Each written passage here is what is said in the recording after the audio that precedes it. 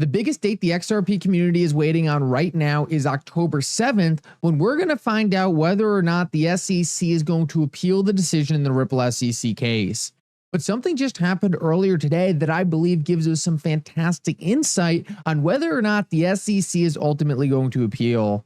In this video, I want to break down what just happened and go over how this impacts the SEC's odds of ultimately appealing the Ripple SEC case. What we know is one of the biggest things barring mainstream adoption of cryptocurrency right now is uncertainty about regulations. As soon as the Ripple SEC case is officially over and there is no risk of the SEC appealing, XRP is going to have the gateways opened to have access to the US financial system. In this video, I want to talk all about the appeal and what I believe happened earlier today that impacts the SEC's ultimate decision. Like always, your support means so much to this channel. Thank you to everyone who takes the time to like these videos and subscribe to the channel. These two simple things really do help me out so much. Also, if you ever need a place to buy some XRP, make sure to check out my favorite exchange uphold down in the description of this video. With that said, let's jump right into it, and I hope you guys enjoy the content. So let's jump right into the video and talk about the thing that happened earlier today that I believe changes the calculus on whether or not the SEC is going to appeal the Ripple SEC case. And that was the SEC's decision to actually sue OpenSea, the most popular NFT exchange. Now, before we jump into how this implicates the appeal in the Ripple SEC case, I quickly want to say this definitely flies in the face of the fact that the Biden administration has been saying they would be more pro cryptocurrency.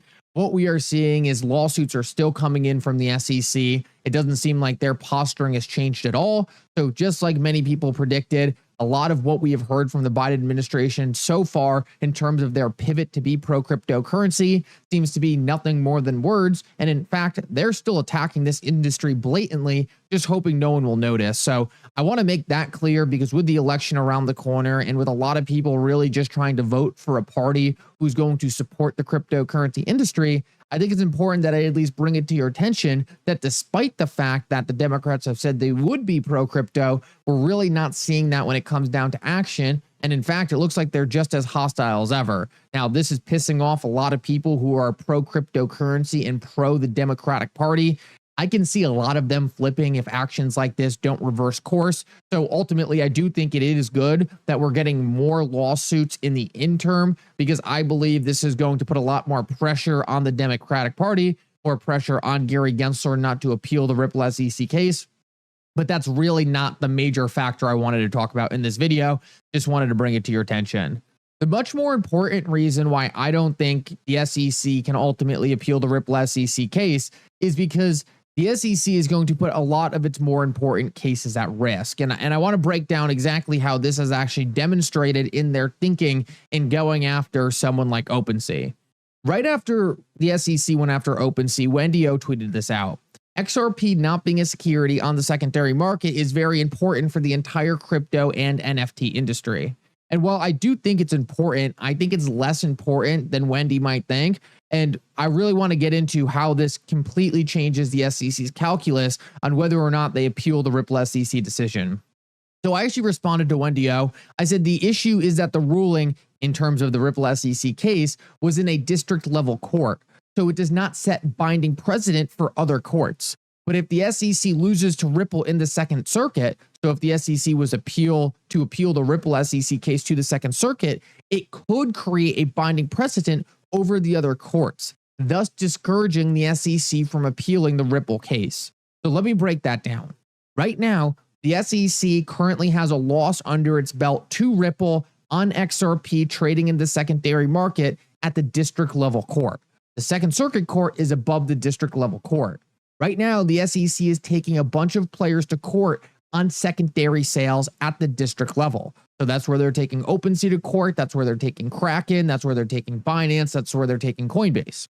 And the SEC has much stronger cases against each one of these players. The SEC has made a lot more progress in trying to call the secondary market trading of these token securities on OpenSea, on Binance, on Kraken, on Coinbase. But they ultimately utterly failed to do that in the Ripple SEC case. Judge Torres flat out shut it down, and she really shut it down in a very, very secure way. There really wasn't a lot of loopholes in her ruling. This has been highlighted by other judges. The reason appealing the Ripple SEC case could be so problematic for the SEC is because if this case does get appealed to the Second Circuit and the SEC loses there, then every district level court case, the Binance case, the Kraken case, the OpenSea case, would have to follow the rulings determined in the Second Circuit case, Ripple versus the SEC. So the SEC could elevate their loss in the Ripple SEC case from an isolated issue to an issue that is going to implicate all their ongoing cases. Now, then you have to ask yourself, why would the SEC take the risk of doing this? If the SEC is doing much better in the Kraken case, in the OpenSea case, and the Binance case, why would they risk those wins by taking Ripple to the Second Circuit? Their case against those exchanges is much stronger than their case against Ripple. So by appealing the Ripple SEC case, the SEC would essentially be elevating that case to a position where if they lost, they could actually create an adverse effect on every other case they have open right now. I believe this is going to be a very strong reason for the SEC ultimately not to appeal this case. The SEC is in a position where they desperately need a win. And the worst thing that could happen for the SEC would be losing to Ripple again and then destroying their chances in any of these other outstanding cases. I really do believe this highlights the SEC's need for damage control. Simply by leaving the Ripple SEC case at the district level court, they can pursue these other cases and try to get isolated wins there. But by taking Ripple to the Second Circuit, they could destroy all their progress and any favorable rulings they have thus far in some of these other district level court cases.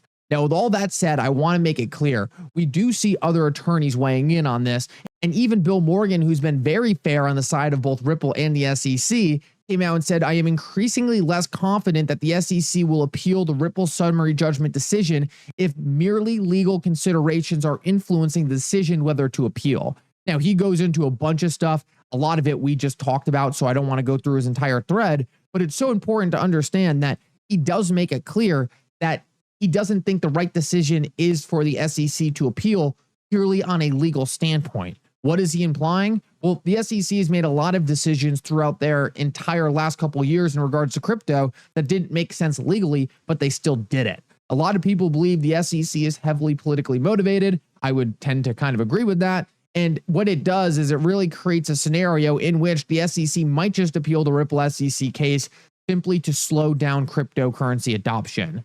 Now, I don't believe this is a good strategy for the agency. I don't think this is a good strategy in terms of actually slowing down crypto, because as we have seen in the Ripple SEC case, it actually just gave XRP more clarity. So I don't know if it makes sense for the SEC to actually try to use these court cases as a weapon to slow down the industry. I don't know if that's actually something they're looking to do. No idea, but it's important to understand that it is possible that the SEC does appeal the case, not from a legal perspective, but simply for some other motivation. Now, I don't think that's going to happen, but it's so important to understand that that is a possibility out there. Now, with that said, I know a lot of people are probably thinking, why does XRP have to be stuck in this case? Why does XRP have to be up for appeal? Why couldn't we have just have dodged this? Blah, blah, blah, blah, blah. And guys, I totally understand. I would rather just be focusing on the technology too, rather than all these legal proceedings and trying to understand what the SEC is going to do and what their motivations are. Not really what I want to be focusing on, but what's important to understand is it really is a very minor issue in the long run. This is going to get fixed. Even if the case does get appealed, we could see a new administration come in and ultimately drop the appeal because they say it's dumb. We could see Congress come in and make laws and make the entire case pointless. So the case would ultimately just get dropped. There are so many things that could happen that makes this entire issue just go away. But that is not true for every blockchain. Right now, we're seeing that TON, the blockchain behind Telegram, has been down for almost 8 hours. These are real issues with a network. These are real issues with these networks not being scalable or not being functional. This is not XRP's issue. XRP's issue is it's being held back by regulations. The tech doesn't have issues. And that's the most important thing that I can kind of stress to you guys right now. When it comes to XRP and the XRP ledger, the fundamentals have never been better. It's being held back by regulators, but regulators holding back this technology, that will change over the long run. Is it going to change tomorrow? No, but it could change very soon depending on the outcome of the Ripple SEC case. But in my eyes, the most important thing is that the tech has never been stronger. Ripple has never been onboarding more institutions, and what we're seeing is Ripple is getting ready for a massive expansion if they can get clarity in the United States. What we're seeing on other blockchains is completely different. Despite the fact that there are no regulatory hurdles, they are still having massive issues in just keeping these networks up and running.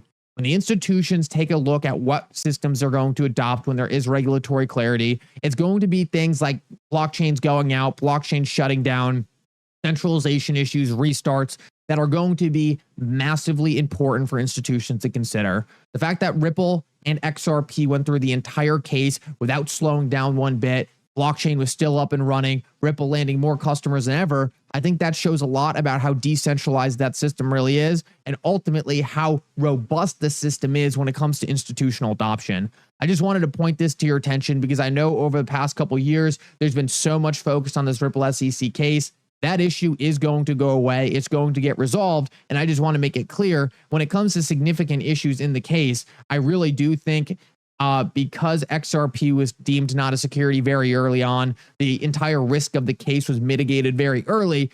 And most of it is really just short-term FUD, short-term holding things back, rather than long-term scalability issues like most of the other cryptocurrencies are facing. Guys, thank you so much for coming. I hope you enjoyed this update. And for now, Mickle out.